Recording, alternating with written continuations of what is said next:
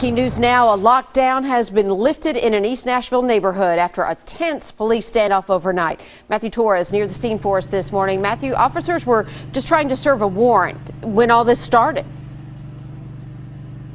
They really were, and they went to this home right here on Boscobel Street to serve that warrant. This man, the suspect, was wanted on violent charges when the situation escalated quickly and the SWAT team had to be called out. Now, we are here in the 1100 block of Boscobel Street.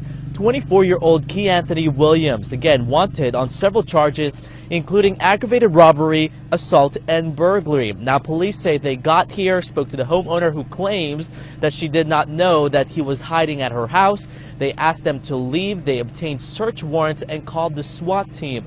They, through a megaphone, asked Williams to come out several times, but when he refused, at some point, they then deployed flashbangs. They went to the back of the home and found him hiding underneath the crawl space. Now, at this very moment, we are told that he was taken into custody without incident. He is going back to jail this morning, and as of a few minutes ago, has officially been booked into Metro Jail. For now, reporting live, I'm Matthew Torres, News Channel 5.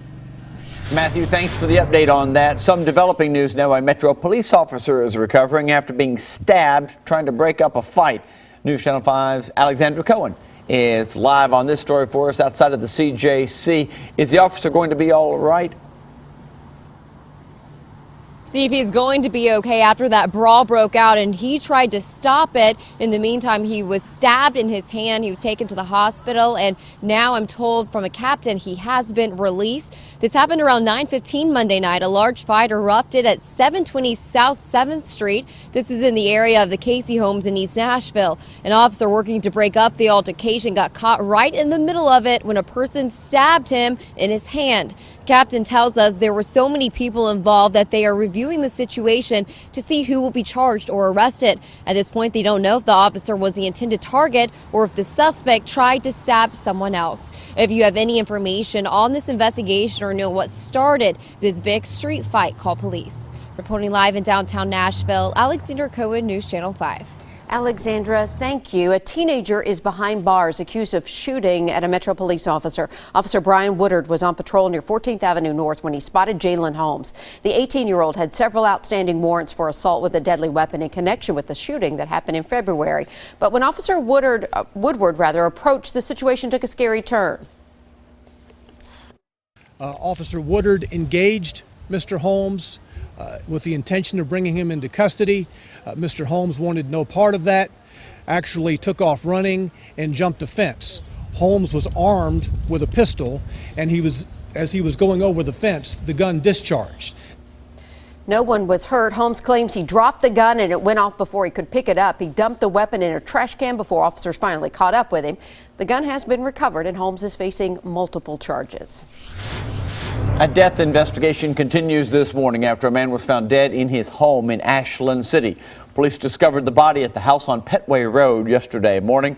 The man's name has not yet been released. TBI agents do not think, though, he died of natural causes, but they have not ruled the case a homicide. The investigation is still ongoing. As we get more info, we'll update the story. Some new details coming in about a barn fire in Old Hickory. Police say a tractor and a chicken coop were destroyed when the barn on Ray Avenue went up in flames around 10 last night.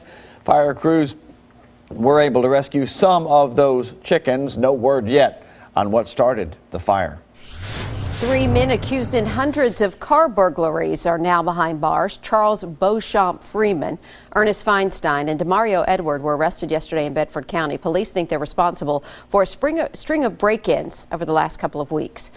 And right now, police in Franklin are trying to track down a jewelry thief. Investigators say De'Ara Whitehorn grabbed a pair of diamond earrings from a sales clerk at K Jewelers inside Cool Springs Galleria last week, then struck again at Jared Jewelers on Sunday. If you know where Whitehorn is, call Franklin Crime Stopper 615-794-4000.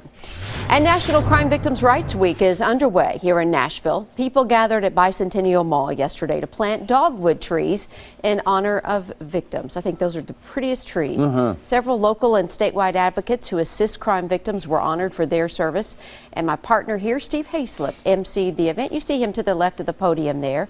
Crime Victims' Rights Week wraps up on Saturday.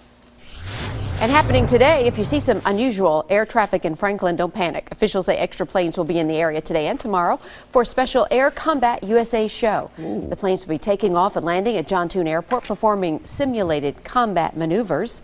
Police ask that you do not call 911 to report any low-flying planes near South Franklin and the Thompson Station area. They didn't give us a time on when they'd be doing that, but just obviously see them, know that it's just little practice for the air show. Police will get calls, though. Yes, they will. They're going to get calls. They can tell us all they want, but they're going to get calls.